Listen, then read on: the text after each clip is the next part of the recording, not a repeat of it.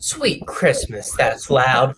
Hello, everybody. My name is Professor Pixel, here to review Rings of Power, the 2-episode series premiere. And to join me on this quest, I have two friends of mine to my side. You can see him. He is a writer. He's the most famous of three of us here. He is Landry Q. Walker. Hello. Hold on.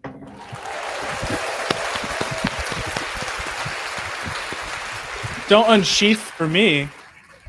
That doesn't. I don't like that, Jimmy. But also, that's Jimmy. So now you know everything you need to know. There. What's up, guys? That just summed it up. But yes, so the 2 episodes have premiered. They premiered yesterday. They had quite a kerfluffle. Some people weren't able to access the first episode and could only get the second. It was a mess, but when I saw it, I got to see both back to back. And I guess we should just go around and go ahead and give initial impressions. So let's start at the bottom, work our way to me, I guess, and we'll go ahead with Jimmy. Go ahead, give us your first thoughts. Just leading up to this, everything I've seen, it sucked. It really did. It really, really sucked. I hated everything I saw before it. The showrunners should have just shut up the entire time and let us go in blind. And then I watched it. There are a couple things that I really want to talk about, but for the most part, I fucking loved it. Like it's very solid. I liked it a lot, like quite a bit. Genuinely surprised. My roommate and I were both huge Tolkien fans, so we sat down, watched it together, and he doesn't watch anything besides anime. So that should tell you something. He watched this. We paused it every now and then to applaud it for doing good things, discuss things that were changed, and to hate on things that were bad. But for the most part, we were just pausing it to just gush how much we loved that they did. Showrunners, shut up next time. But overall, good job. all right. Landry, you got something to say? I didn't watch any trailers. I don't know who the showrunners even are. I heard nothing that they said. I went in blind, and I loved it. I went in as blind as anyone who's read a whole bunch of Tolkien can. So there's that. So of course, there's things I'm watching going, wait, what? But at the same time, we live in a world. I think in a recent video we did, Jimmy, you mentioned, I think, a really good analogy with going in the same way looking at MCU. These movies aren't based. Like, they may be loosely inspired or based on comics, but they're not adaptations. This is not an adaptation. This is drawn from the Tolkien lore, but it is not a literal adaptation of the Tolkien lore. It's really hard to do that, though, because this story is taking place over 3,500 years. See, I don't even know that. I don't even know that they're going to do that. Literally, all I know about this is encapsulated in the 2 episodes. If it's not on the beginning to the end of the episodes, I don't know anything about it. I don't know who the characters are. I don't know. There's already mysteries. I have no. You don't know Gil-galad or. No, I know who they are in terms of the lore from reading it. What I don't know, I don't know who the dude who fell to the earth is. Yeah, we don't know either, but I did do some research, and the showrunners did say that it is a wizard. I don't know but if I want to know this. We can guess it's a wizard, but they said it's not Gandalf. Well, Although He's got a Gandalf. he looks exactly like Gandalf. He looks exactly. They all could. The wizard look is Not true. that. Not true. Sylvester McCoy and Christopher Lee do not look like. Old guy with a vastly beard. different. He's an old guy with a beard, and that's a basic wizard look. No, That's ageism. Sauron's white. He would have pure white hair if it was Sauron. I mean, he would at some point. He could be a blue wizard. We don't know. And that's what they're leaning towards. Everyone's thinking it could be a blue wizard. Now, at first, I hated it because I was like, I don't think wizards should be in the Second Age because effectively they weren't in the Second Age. They were actually sent down by Eru Iluvatar in the Third Age. After Sauron fell, they show up on the shores. Exactly. But later on, and I believe the Unfinished Tales, I can't remember exactly, but I think I'm leaning towards that. Tolkien did change his mind and said that the blue wizards did come into play middle of the Second Age. Yes. Now, there's room. There's room. But let's hear what Pixel thought. Let's before we jump in, because let's not stop. So I've been kind of in an in-between. So I didn't seek out information. Information came to me. So you'd see articles, you'd see tweets, you'd see X, Y, and Z. And for the most part, there's obviously the excitement. Hey, there's something new based in Middle Earth. It's coming out. How's it going to be? And then there's that fear, because there's always a fear. When somebody's coming to touch something that is sacred, you're like, oh no, this could go really bad, there are projects that seem to just fail at what they're trying to be. I do not think that this fails. My Tolkien reading is very limited. It's the core. It's towards the 4 books, then the Peter Jackson films, and sadly the Hobbit movies. Except the last one. But I love the first Hobbit movie. Yeah, but then there's the second one. The second one, extended edition, good. The third movie, bad in every form. Yep. But when it comes to that, what's it called? The Silmarillion? Yes. When it comes to that, I have not read that. I haven't even tried to crack it open. I don't know if I even have a copy. I could find one. It's vastly now. If you read it, it's vastly different than anything. It's just a history book, basically. Yeah, it's a history. So when it comes to trying to seek that out, I haven't. But what I do know is that when I watched this, while it was a little slow in the first episode, I do feel, when it came to the second episode, there was just an ultimate feeling that you got when you sat down to watch those Peter Jackson films. You're home again. The music is phenomenal. It is beautiful. It's one of the most beautiful television shows I have ever seen. The actors, the music in the show, the music in the show is great. I like it better than I do the Jackson ones. In the music. Landry, I will fight you if you say that again. But I don't like the Jackson films very much. But the music is amazing. Oh, it's so slow. Oh my god. Oh my god. No, but for the TV, I thought it was underwhelming.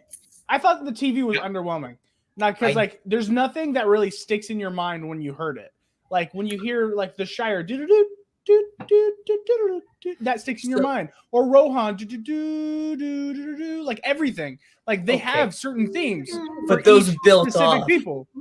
Like in this, you had time with that. This just came out. The funny thing is, I loved the movie. I loved the music in the first Hobbit movie, and they dumped all of the music from the first Hobbit movie and didn't carry it through into the second and third Hobbit movies, which I thought was really disappointing. And because the second one was mainly had to do with Rohan, and that was the main. I'm talking about Hobbit, not Lord of the Rings.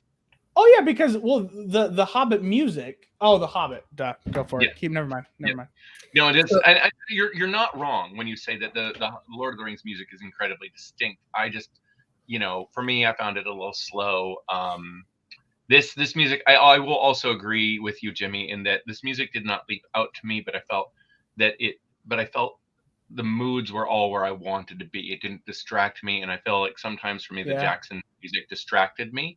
It's not that it was bad music. I am being unfair to say that. It's simply that in times it was just a little overwhelming and monotonous in that sense that it was really hitting you hard. Where this music was just, it was Bear McCree who did it, who did Walking Dead and Battlestar Galactica was a composer. And I expected more. I don't even, is that a guy or girl? I don't know. Guy. It's a guy. Okay, I expected more from him. Well, I was not even looking for it. All I could think of when I put it on is that it's not going to sound anything like the movies, and I doubt they're going to use any of those themes, so it doesn't really. Well, to be fair, they did bring back the same, basically Balrog version that we got from Weta. We got the same Sauron. We got more of that than I wanted, to be honest. I was a lot of Sauron. You know what I watched to psych myself up for this was the Rankin Bass Hobbit film. Which luxurious, you saw my post on that. It is luxurious in its designs. It is unique. Every goblin, every troll, and every monster we see in every movie anymore looks so much like a person. I will say the Gollum design in the Rankin Bass, as cool as it is, makes no freaking sense. I don't like it. It looks like a frog. Looks like it does. I actually like it a lot from a design point of view. I think it's a wonderful creature design. It doesn't make sense for Gollum. If that was just, if he was just some cave-dwelling monster, you go, oh yeah, no, he's scary as hell. But how was that a hobbit? Then again, we talked about this before. Gollum's never said to be verbatim a hobbit. He is something like a hobbit. Something like a hobbit. He was hobbit adjacent. Yes.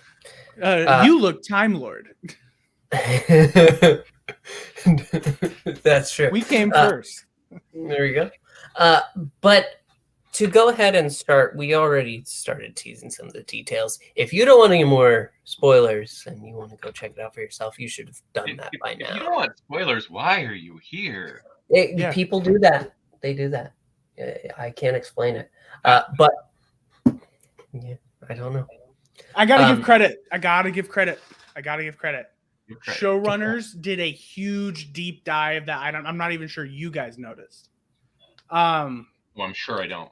No. The sea serpent was actually only ever referenced, and I believe it was a poem once or twice by Tolkien, and he called them fish dragons.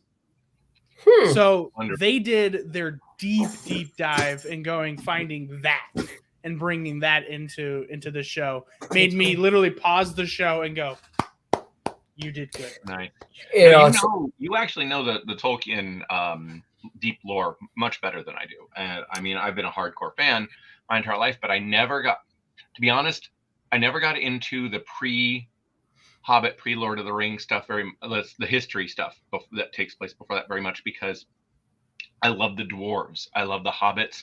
Elves never interested me much at all.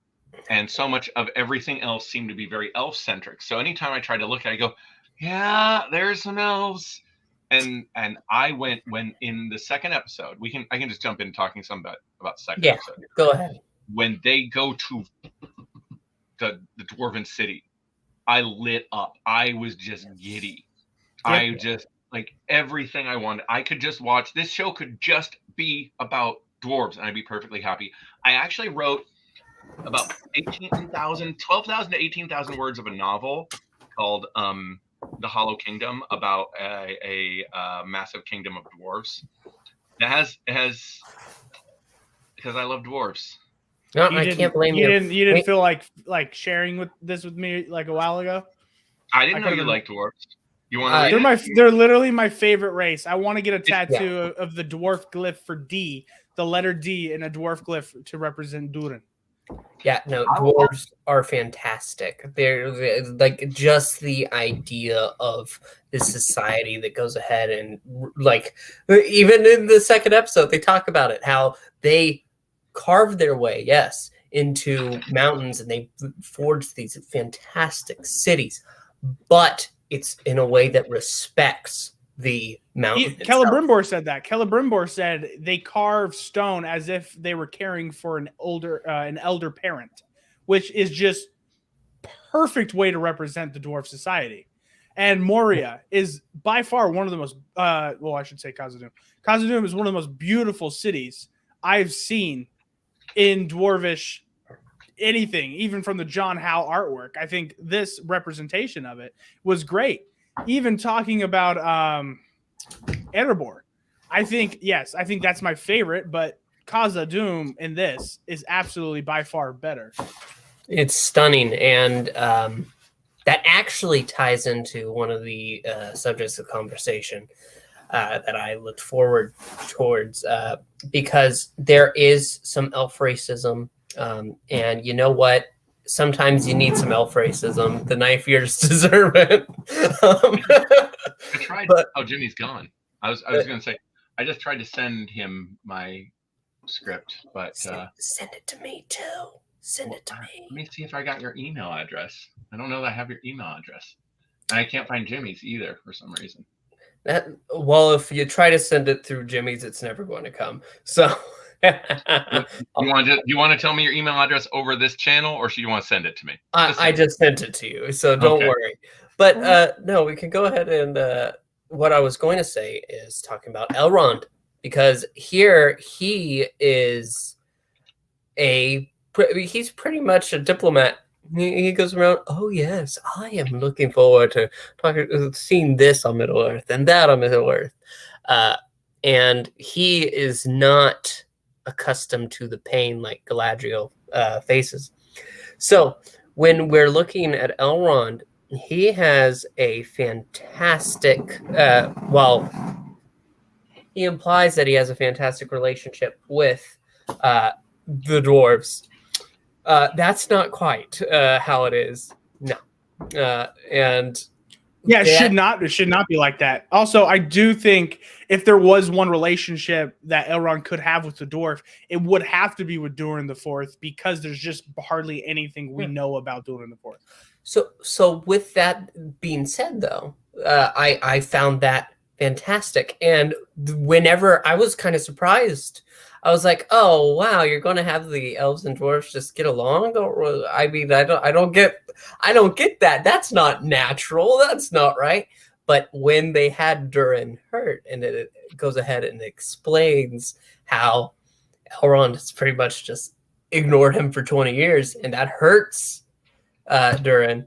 It absolutely hits. I also want to talk about his lovely bride. What's her name? Disa. Yes. I understand. Lovely black dwarf. Yes, but I understand that people wanted more of a beard. I still feel okay with it. She did have mutton chops when we were watching. We were really upset about that, but by the time Jaden and I were both watching it, we were just like, why doesn't she have a beard? And then her character kind of like showed us who she is, and we're like, you know what? We can get past it because she's a good character. And then they showed different camera angles, and we're like, she has mutton chops. It'll suffice. Her performance provided the beard that we could not see. Yeah. Fair. No. Okay, I'm concerned because this file I can't find the file. So now when we get off the this, I will look on my other hard drives, and hopefully it's not gone. My book may be gone. I'm very concerned. Wow. Me too, because I want to read it. Me too. I mean, it's got to be here somewhere. I'm confused why I can't find it. So I'll be looking. Anyway, that won't distract me at all. It wasn't lots and lots of work. Dwarves and elves shouldn't have a relationship because elves killed. I mean, the dwarves killed Thingol. Just saying. Well, it's gone. We get a lot of interesting elements. I enjoy the Harfoots, and you can clearly tell that a lot of people are going to go ahead and have a problem because they don't officially appear on Middle Earth until the beginning of the Third Age, I believe, right? Yeah, they appear at the beginning of the Third Age. And we also do have a date about where we are in the timeline from the elf Andar. What's his name? The black elf? Oh, I can't remember. You know, By the here, way, can I? Oh, go ahead. I was gonna say, by the way, I'm really starting to like that character. I was Great. really confused by his character. Nope, don't even care. I really like him. But they did say it was about 1,000 years after the end of the War of Wrath, which is after the end of the War of Wrath, it becomes the Second Age. So we're about 1,000 years into the Second Age. The list of things that I've never given a single fuck about. There you go. Is are we family friendly here? I apologize. It doesn't really matter. Just try to keep the F Sorry. bombs A list of down. things that I do not care deeply about is at all. Skin color of elves or dwarves, whether halflings show up in the Second Age, wizards appearing, whether it's particularly accurate to Tolkien's lore. Because okay, first off, I agree with you. For like 99.9% of adaptations or whatever we're watching. But when it comes to the dwarves, there's a black female dwarf. I just don't understand it. They live underground. More beards. I wish they had more beards.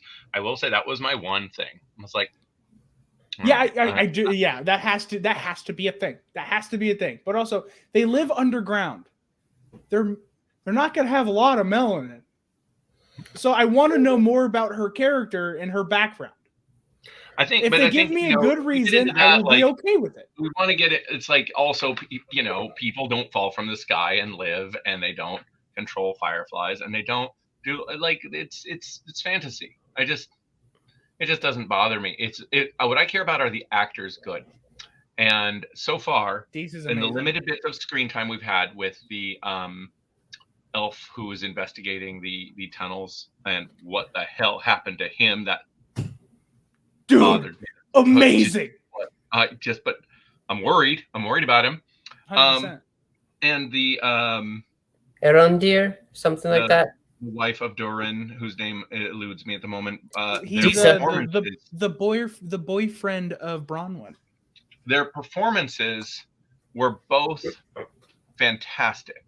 Yeah. As actors, I enjoyed their performances both immensely. I thought the elf, in particularly, he brought such gravitas to his role that it really needed that stoicism and gravitas for his particular character, and that actor delivered it perfectly.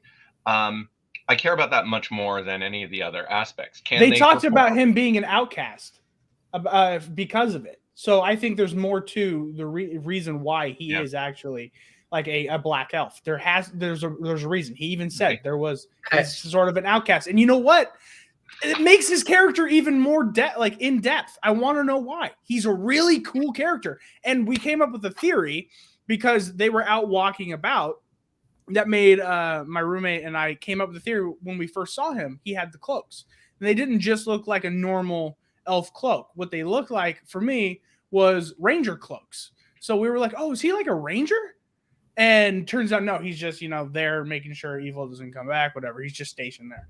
But then he goes and leaves his post and goes off on his own. Could he be like the start of the Rangers? That would be really cool.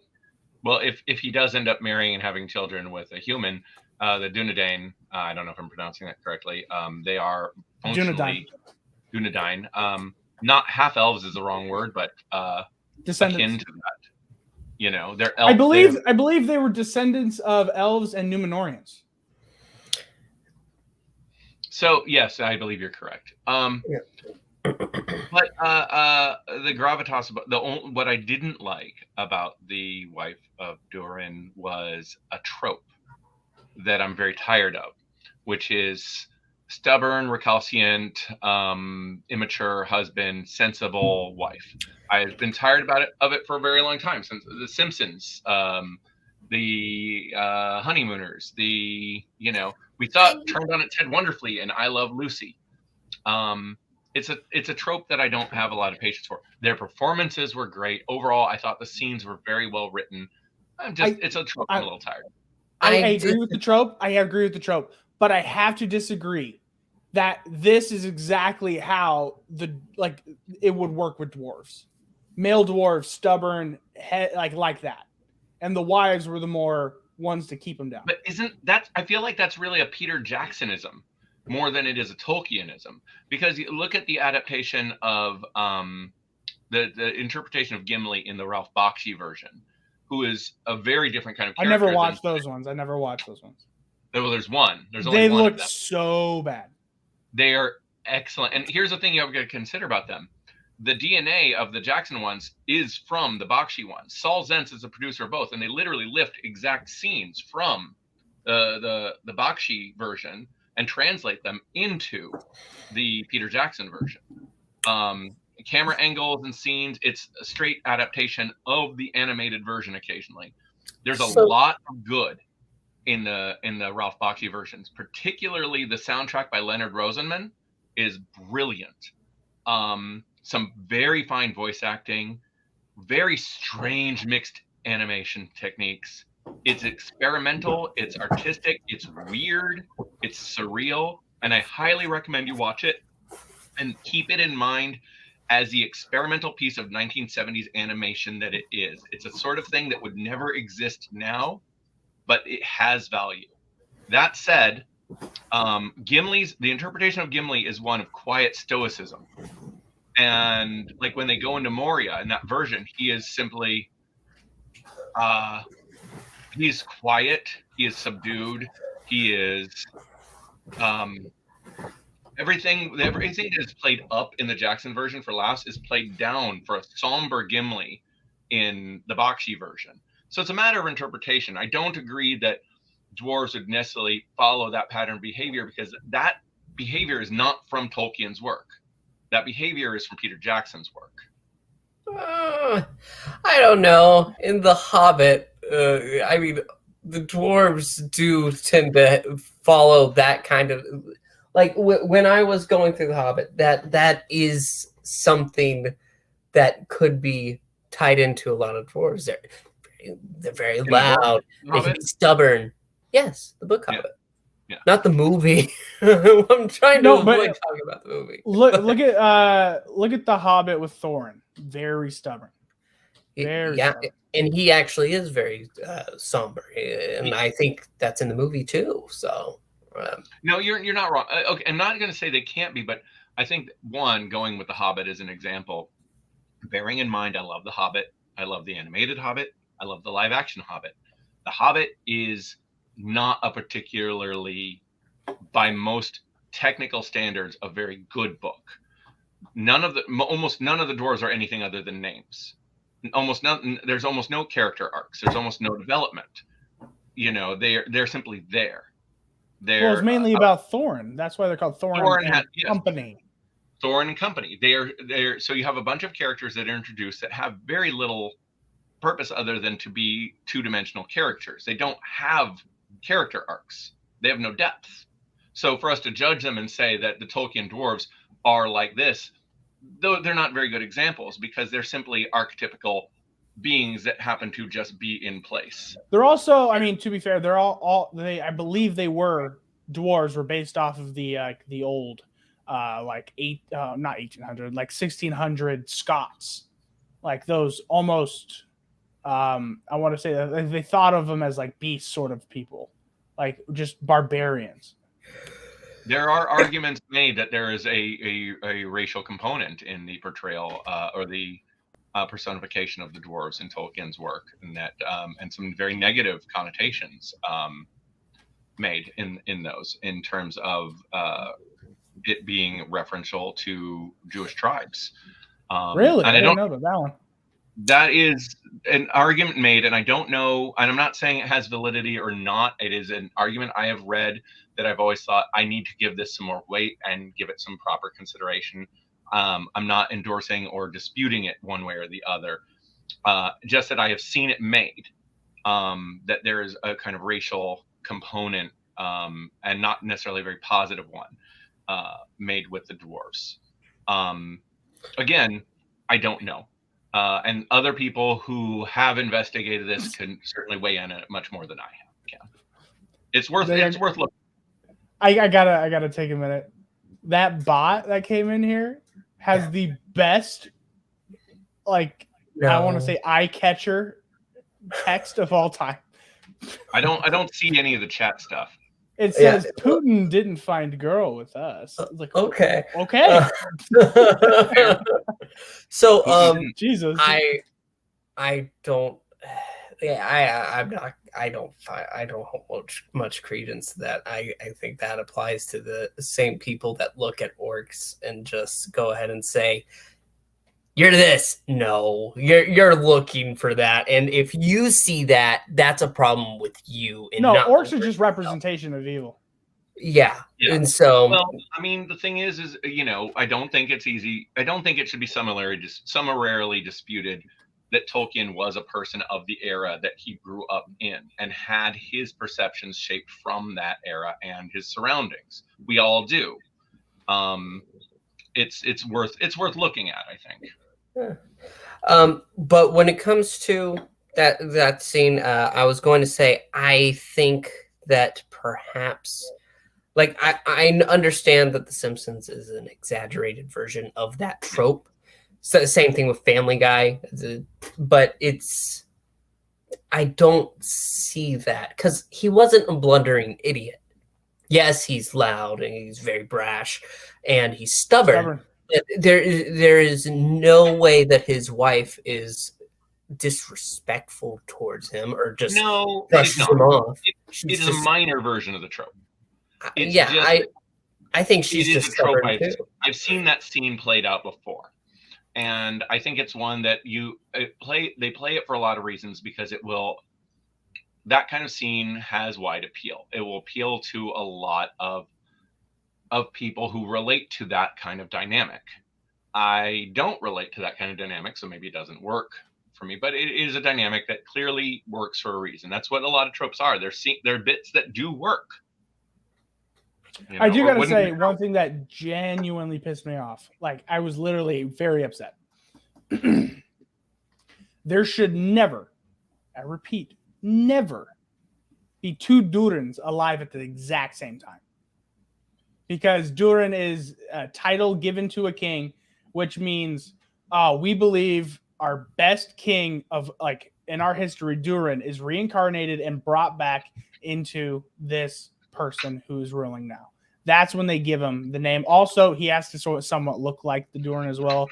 Big nose, orange hair. So kind of the Durin the Fourth we see right now is pretty much what Durin looked like. That made me upset seeing two Durins. You got Durin the Third being the ruler, and then now we have Durin the Fourth being a prince. When I realized he wasn't the king, I was put off by that. I thought that was confusing for the same reasons. And but then there are other things that I find like I go, really? I think it's somewhat simplified because I think his father is going to die.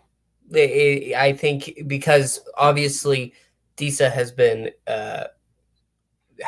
shown as a queen, and for her to be a queen, she'd have to be married to the king, and so I think she could just be having an affair. No. Okay, I was trying to say this before, but we got distracted by dwarves again, which is understandable. They're dwarves. Before we leave dwarves, I truly hope we see Miromir, the place where Durin, when he first came to Khazad-dûm, found this beautiful lake, Miromir, and it's supposed to be the most spiritual place in all of dwarves. I guess, like, places of worship.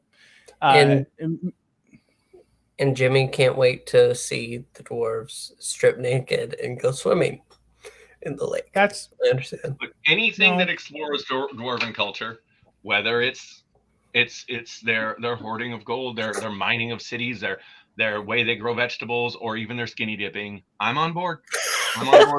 Now, like I say, even in my book has a dwarf orgy. Even in the Song of Durin, which Gimli sings in, I believe, Moria in the Fellowship of the Ring book. By the way, if you want to hear the best version of it, on YouTube, there is a Swedish a cappella group called Clamavi de Profundi. Best version of the song. It genuinely can bring me to tears sometimes, depending on my mood. But in it, they talk about why when Durin wakes again from sleep, it's the story of Durin being reincarnated and brought back to into rule again for the dwarves and lead them back to glory. Landry's right. There's a lot of Peter Jacksonisms here. There were no songs. 2 episodes out of the 8 for this season, and there wasn't one single song. What the hell? Come on. I didn't know it was only 8. That's not enough. I want it to be 10. No, I want it to be 18. Can we have 18? Where's my song? Pixel, have you seen the Bakshi Lord of the Rings, Pixel? No. Can we do a live stream reaction video of this? Can we do something where we watch this and a watch along? A watch party? Yeah, can we do that at some point? It was my birthday yesterday, by the way. Did you know that? Happy birthday! I got a Tolkien TV show for my birthday. That's what Tolkien also got a Tolkien TV show for his death day. Yes, well, one of us had to live, one of us had to die for all this to happen. My birthday's on the. Tolkien died the day after I was born, as I recall. I think, like, literally. What year did he die? 74? I thought he died. Wait, let's see. I think it was 74. We're in the Google match. I'm gonna let him look it up. He's typing. I'm gonna let him do it. I'm too lazy for that. Oh no, he died 2 years and a day after I was born. He died in 73. Oh, I was 1 year off. I was born in 71. He tried to stick it out. Share the earth with Tolkien for 2 years and 1 day. So I will go ahead and say what I was originally going to say, which is the Harfoots. The thing about hobbits that I do know, and that I know well, is that they appeared. They suddenly appeared. Nobody's quite sure where from, all that. So the idea that this tribe, I suppose we should call them something like that, this clan of hobbits, the Harfoots, it absolutely fits for me until they try mixing with society. Which pisses me off a little bit too, because they're 2,500 years early. And to be fair, it is a shortened timeline. That's why I'm saying this timeline is screwed. But I'm okay with it. It is very screwed. And I'm okay with it because the timelines, it is 3,500 years. They're shortening down. So adding the hobbits, I'll be okay with. And I'll be okay with Harfoots specifically because they were the first and they were the most civilized. And this is the start of Hobbit culture. And that's why they're migrating a lot. They're not set in the Shire. They are in the Southland, which is where Rohan would eventually become. And that is actually a canon in the books. They were actually like around there, Southland to like, it was like south to like mid, before the Iron Mountains. Not the Iron Mountains. Is it the Iron Mountains or Blue Mountains? I can't remember. The one that splits Middle Earth. But they get pushed from there, and then they eventually settle in the Shire. So, but yes, so hobbits as a society right now are not interacting with the big folk, as it were. I don't know if they're going to interact directly with society, and we have nothing to show us towards that. We just know that they're in the show, and we're introduced to some of the characters. And their angle is pretty much twisted towards the stranger. And the stranger, we should go ahead and directly talk about. Did you see the glyph he wrote down? I did. Yes. It was a dwarvish glyph, which was the representation of the letter G. And that's... If it's Gandalf, I'm gonna be fucking pissed because that means there's Sauron out. I mean, there's Saruman out there because he was the first one to show up. Saruman the White was the first one to show up. Radagast showed up with Saruman. Oh yeah. So you're right. So that that makes means Gandalf the Saruman third? and So Saruman here and is a detail that it's not one that I noticed at first. At the beginning of the first episode, Galadriel leads her own little company to pretty much chase after. They're trying to see if the great evil is still out there, where all the orcs have been migrating and following.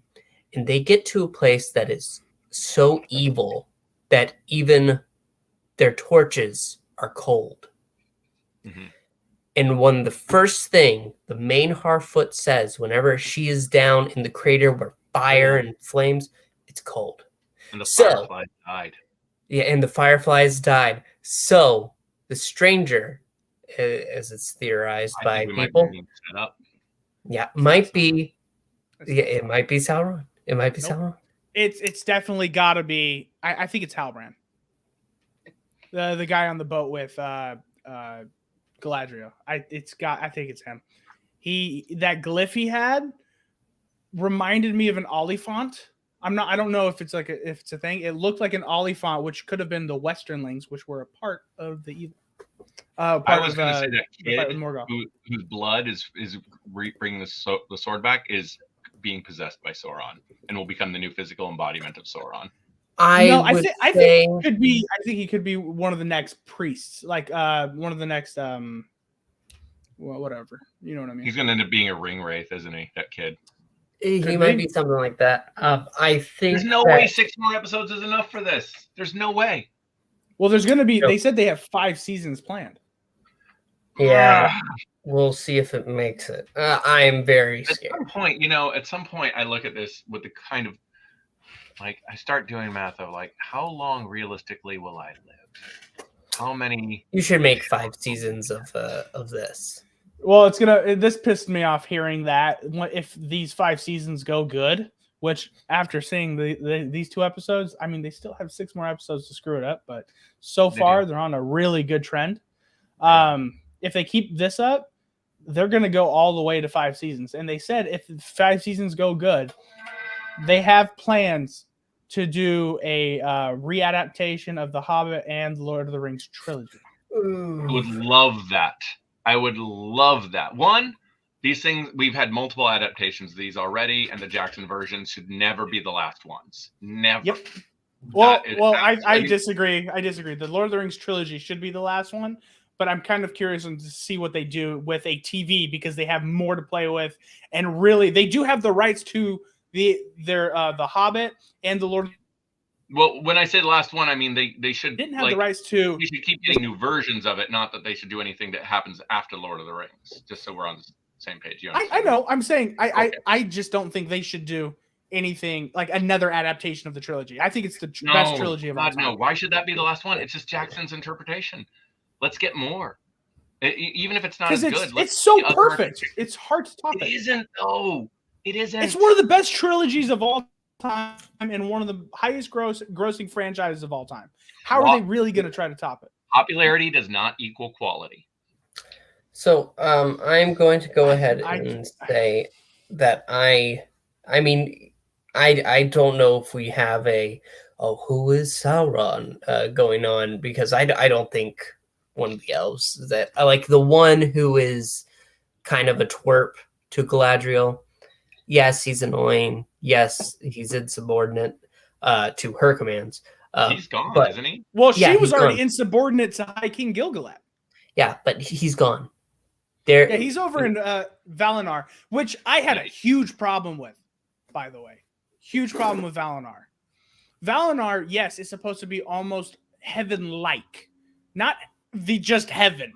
They made it to be where it's just heaven.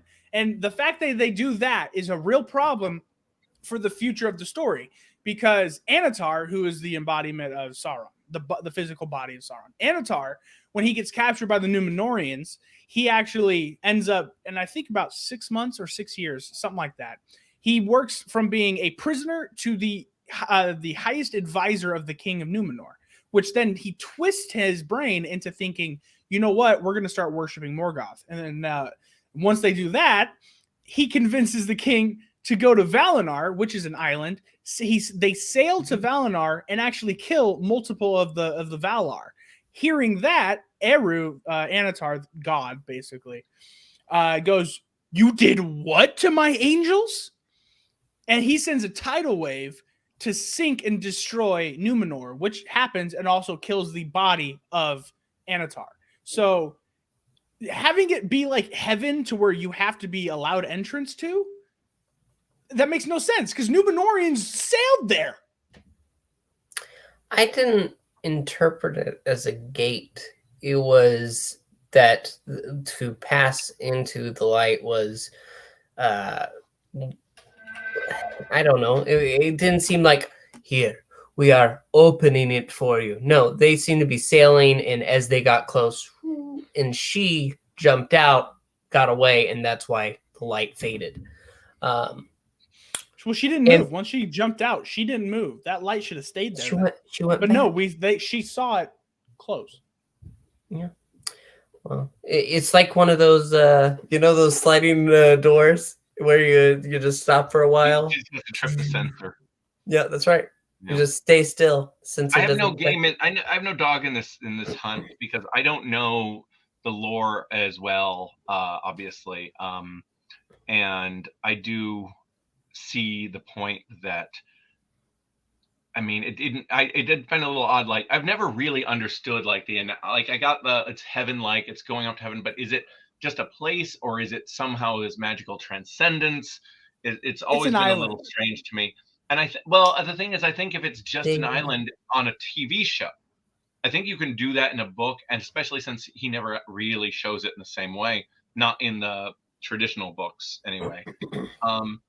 I think that in a TV show, it just being a place isn't interesting enough necessarily. I liked what they were going for. I truly do like what they were going for, but they should have shown an island. In the prologue, they showed it as if it was a physical place. In the actual, and then after the prologue, when they went there, it was just like a heaven.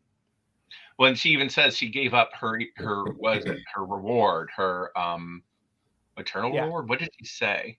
It's like eternal reward sort of thing. Yeah, there's a sense of that. So okay, what time? We are at almost an hour. Yeah. Should we 45? Kind of, because we could probably go on and on this. I would love to, but time. So here's the ultimate thing that I'm going to go ahead and say about this. There are going to be people out there that are telling you that this is the worst thing that this show sucks. This is garbage. People are allowed to have their opinions, but do not let their opinions dictate your opinion. You should give it a chance. If you have liked anything from Lord of the Rings, you should give it a chance. I'm genuinely saying that. As somebody who has loved the movies, who has loved the books, I loved, mostly the second episode, but I have loved what I have seen thus far, and I am excited going forward. You, viewers, you should give it a shot. I'm genuinely pissed off. I have to wait a week to see the next episode. Yeah. No, I agree. I think everything you're saying, Pixel, is spot on. People need to watch this and decide for themselves. Don't let other people, good or bad, influence you. There's a lot here to digest. There's a lot of unknown still. There's a lot of potential. What they do with it remains to be seen, but it deserves a fair chance. I mean, look at me. I was the most avid hater. You can ask Landry, you can ask Pixel. For weeks, I want to say about a month leading up to this, I go, it's going to suck. It's going to suck because of everything I saw before. I go into this, after episode 1, I go, no, that was solid. And episode 2 hits. God damn. Mainly the Dwarves. I'm a huge Dwarf fan. Episode 2 is so good. Episode 2, right up here. It just filled me with energy. So thrilled that this is good. I cannot be more pleased. It gave me what I've been wanting for a very long time. It doesn't matter to me if it's accurate. I used to think that in storytelling, and this is, I'm going to go into my professional writer bit here.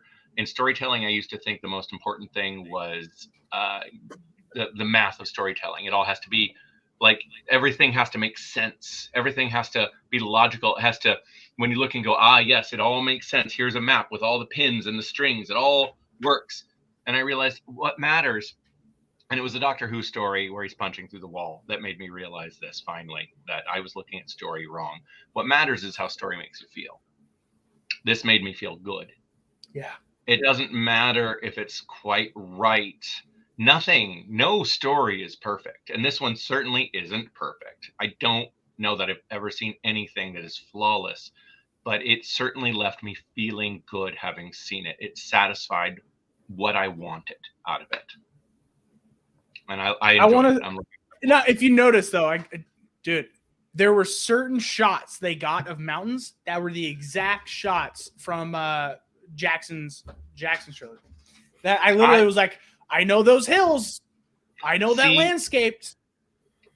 For you, I think that was a plus. For me, every time they did a visual nod, I'm like, let's let it go. Let's do something new. It's like every time they do a Superman movie and they do the Christopher Reeve music, I'm like, can we move on? There are other versions. This story existed for decades before that interpretation. Let's not let that be the final nail in the coffin of interpretations. Let's there's room for more.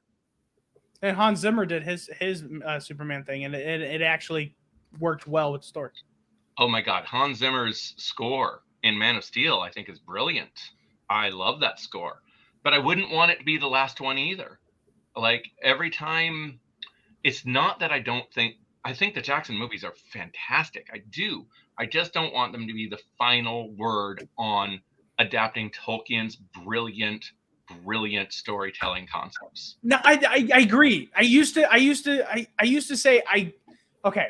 It's going to be really hard for me to say this because the Tolkien trilogy is my favorite trilogy of all time. I mean, the Jackson trilogy is my favorite trilogy of all time. I would love to see in TV format because it can be drawn out so much more to where we can see stuff that was left out. Scourging of Middle Earth. I mean, the Scourging of the Shire.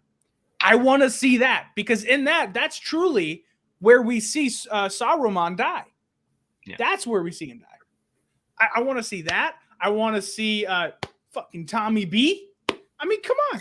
Hey, do, Merido. We were just, while we were watching it, we're like, Tom Bombadil is out there somewhere. He is out there bopping around because he's the first in Middle Earth. He's out there going, hey, hilly, hey, ho, hi. Like, okay, somewhere right now is Tom Bombadil, and he gives no beep about anything. Yeah. I mean, with a lady like Goldberry, does he really need anything else? Nope. He's busy. Nope. Now, I heard something, good theory. People thought he could have been one of the Maiar, but I truly believe he is what Goldberry says he is. He's Tom Bombadil. When Frodo asked him, who's Tom Bombadil? What race is he? Like, basically wanting the deets. He said, who's Tom Bombadil? And she says, he is. He is what he is. I agree. I don't think the thing is, he's not meant to be solved. He's not a mystery meant to have an answer. Again, I would love to live watch the Bakshi version with you guys. I'm not saying it's even remotely equitable to the things that have come after it, but it is a gem in its own way when you think about the fact that it exists at all, that it was ever made is insane. There's something there are elements in there that are worth seeing. We're going to have something after the only 7 weeks of this show that we're going to have now. So 6 more. Yeah. Because they did 2 at once. I just let him. I just dropped his heart. He goes, yeah, I forgot. Yep. But you have heard our thoughts, and we want to hear yours. So if you're watching this after, leave a comment down below. Also, like and subscribe. Helps out the channel. We'll be covering more of the Rings of Power and covering as well House of the Dragon. Make sure to check that out as well. But that's about it. So until then, may your swords be sheathed, and we'll see you next time.